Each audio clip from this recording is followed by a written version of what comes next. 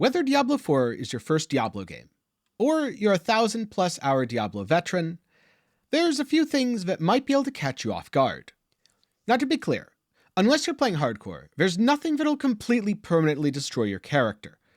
However, there are things that could set you back for a few hours, or lead to some quit moments / unpleasant experiences. Some of these are things that I've picked up just playing through the game myself. Others are things that I've obtained looking at comments, talking to friends, and checking out Diablo streams. So today, I want to share the top 10 tips, tricks, and mistakes to avoid, so hopefully your Diablo experience can be just a little bit smoother. Starting with number 1. By default, the core skill, interact, and move button are all the same button, your left click, which if you're coming from Path of Exile is incredibly frustrating. And if you don't like dying because you accidentally clicked a monster while trying to run away, is also incredibly frustrating. Luckily, you can rekeybind this. Unfortunately, it's not exactly intuitive because you don't change the keybind somewhere else. You first have to select to split the functionality between all of these things, which is a little checkbox in the menu. After that, you can either bind move, interact, and the skill separately, or you can bind the skills separately from move interact, like I have.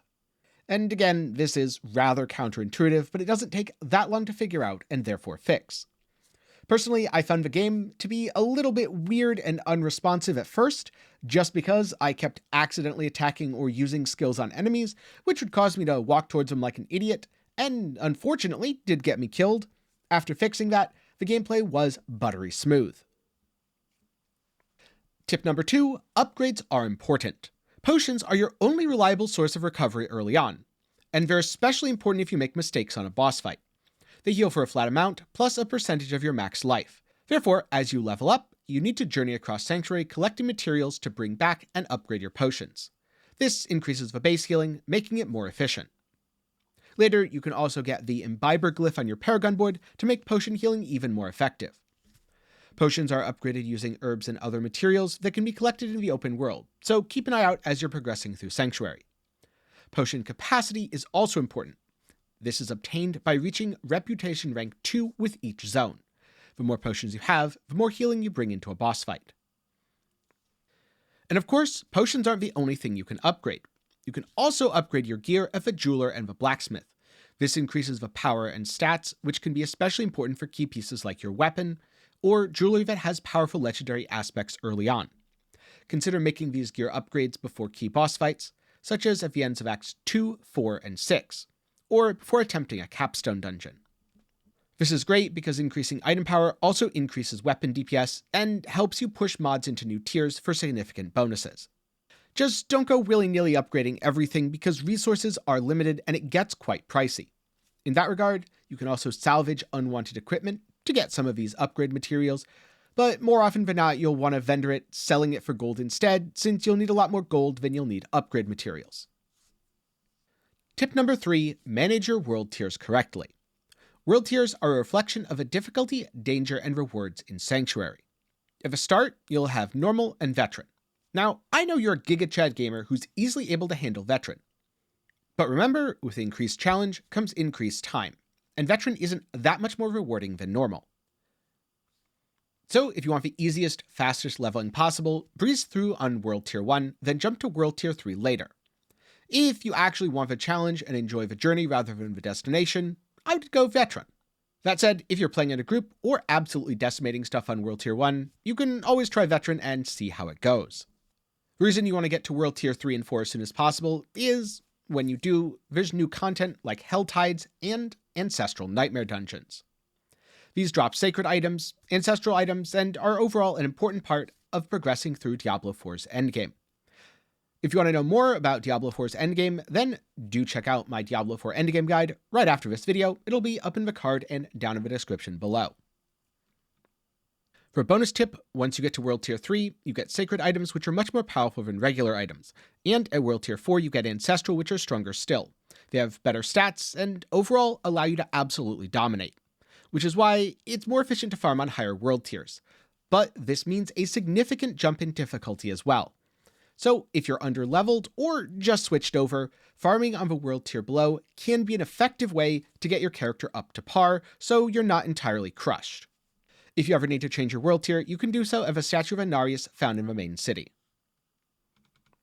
Tip number 4, imprints and dungeons. When completing a dungeon, you gain the ability to imprint a legendary aspect on your item. This turns it from a rare to a legendary and gives you access to a powerful unique effect. But there's a couple things to keep in mind. First, aspects from your codex are worse than the dropped version. Think of this as a crafting bench. Use it to get things you need, but use a dropped legendary over a crafted one, or the aspect from a dropped legendary wherever possible. There are also certain legendary affixes which are drop only, and can be combined to make some of the strongest builds in the game. Now, early on, don't waste your imprints. They cost a lot of resources, and you should especially avoid imprinting weapons before level 50, as you'll be replacing your weapons a couple times an hour. At least throughout most of your leveling journey, it'll slow down a little bit as you approach 50. Since this will get very expensive quickly, I suggest not doing it. Tip number 5, it can be tempting to just rush through the campaign to get into endgame faster. Like I said, there's better rewards in World Tier 3 and 4. Unfortunately, doing so will leave you woefully underleveled and unprepared for your capstone dungeon. So instead, do a few things in each zone to get rep along the way. This gives you extra stats, for example from the Altars of Lilith, and 5 to 10 skill points, assuming you get either level 1 or level 3 in each zone respectively, plus allows you to collect legendary aspects for your codex. Hey, you might even get some potion charges along the way, and those certainly don't hurt. If you're still underleveled, it's quite fast to grind EXP in strongholds, and if you're underleveled going into World Tier 4, Helltides are another great way to get experience. But this isn't to say you should spend a ton of time grinding either. It's about finding a healthy balance, enough to keep you progressing smoothly, not so much that it actually sets you behind. And because zone reputation is shared across all characters, the important things like Altars of Lilith are only going to be something you do once per season. As a bonus tip, use Murmuring Obols to upgrade your gear. You can roll items of a gambler, and Murmuring Obols should always be used to target your weakest piece, as these have a pretty good chance of rolling a legendary. Tip number 6, mount up.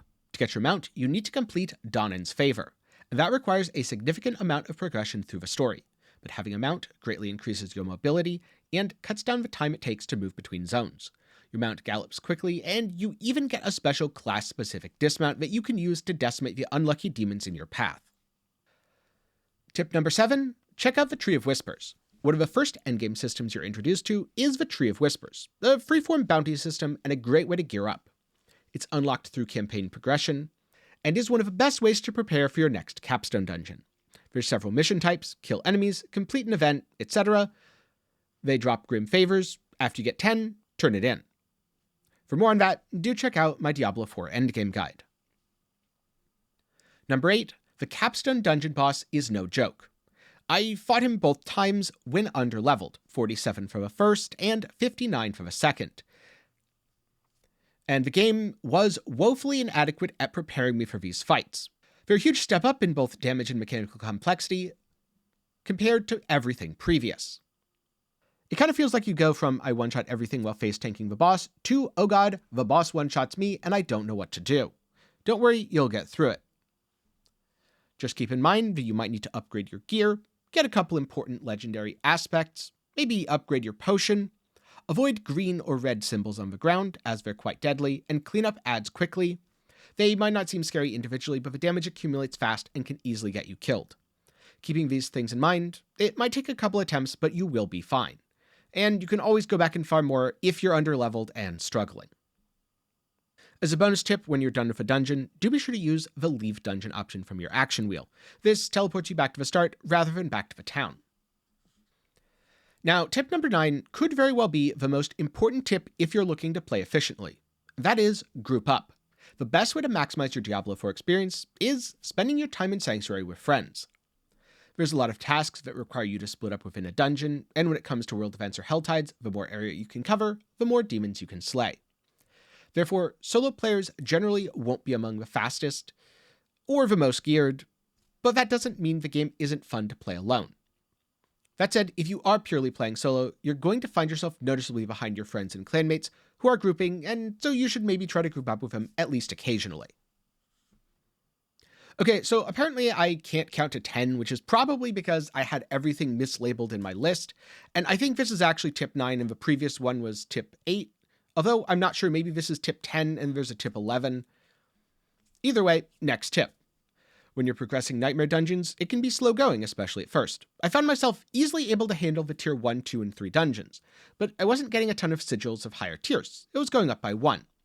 Luckily, you can craft sigils at the Occultist. I forget if you have to do a few dungeons to unlock this, or if it's there from the start. Don't make tons, as materials are limited, but crafting 1 or 2 lets you jump ahead to a more appropriate level and ensures that you're getting upgrades and feeling that sense of challenge or progression. And so those are my top Diablo IV tips, along with some common mistakes that I see players make, such as not rushing the campaign and getting to level 40 in the first zone, or rushing the campaign and trying to do the Capstone dungeon at level 28 and getting absolutely crushed. Or forgetting things like upgrades and potions. Hopefully with these things in mind, you should have a pretty smooth time in the world of Sanctuary. Although, I'm curious, for the more veteran players among you, what are some of your top tips for a new player coming into Diablo 4 for the first time? Be sure to leave them down in the comments below. And if you're a new player, what have you gotten stuck with so far? Go ahead and share your experiences. If you're looking for some of my thoughts, then do be sure to check out my Path of Exile Player's Guide to Diablo 4. If you're looking for more Diablo 4 content, do be sure to follow me on Twitch, as I've been streaming quite a bit of the game. And if you're curious about my build, get subscribed, plus leave a like while you're down there, as I'm going to be going into my build in more detail in an upcoming video. With that said, thanks for watching, and a special thanks to my patrons and channel members for their continued support. For as low as $1 a month, you can help make videos just like this one possible. Links down in the description. If you're looking for something else to watch, check out my Arc-Lash leveling guide, Path of Exile Player's Guide to Diablo 4, recent Diablo 4 endgame guide, or class guide to help you choose the best class when the game fully releases on the 6th.